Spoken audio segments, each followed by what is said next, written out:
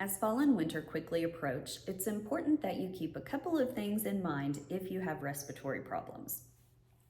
With fall comes allergies for most places. So you just want to be prepared for that and know allergy season is here. If you happen to know what you're allergic to, that's awesome. You can try to stay away from it. I can tell you that fall is prime time for mold. So if you live in an area where you have a lot of leaves, those leaves become damp while they're on the ground. You want to make sure that you wear a mask if you're going out to rake leaves. You also have a lot of things that are sort of decaying out in the fall. So that's another thing that will really grow some mold.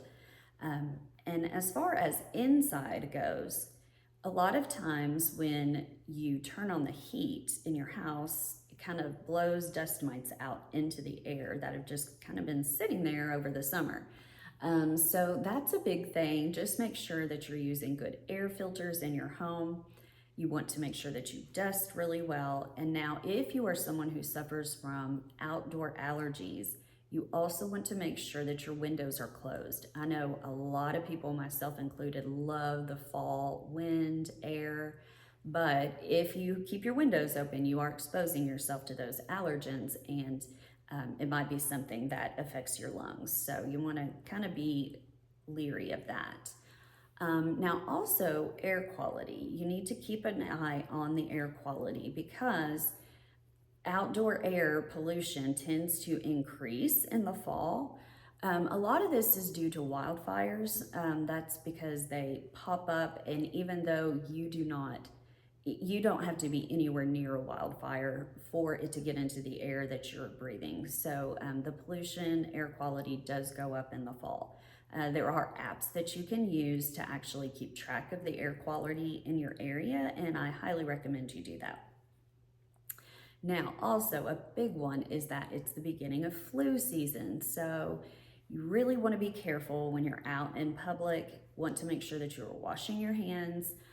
If you do have an underlying lung condition, it's not a bad idea to wear a mask if you're going to be out with a lot of people around. And of course, you can always get the flu vaccine, but you'll only be vaccinated for a certain type of flu, and it may or may not be the flu that is around you. So it's not it's not something that for sure is going to keep you from getting it. But I did get mine 2 days ago. It is important to do. Now, also with that comes just avoiding respiratory infections, because in the fall, people with allergies, they're going to more than likely get bronchitis. Bronchitis can easily turn into pneumonia.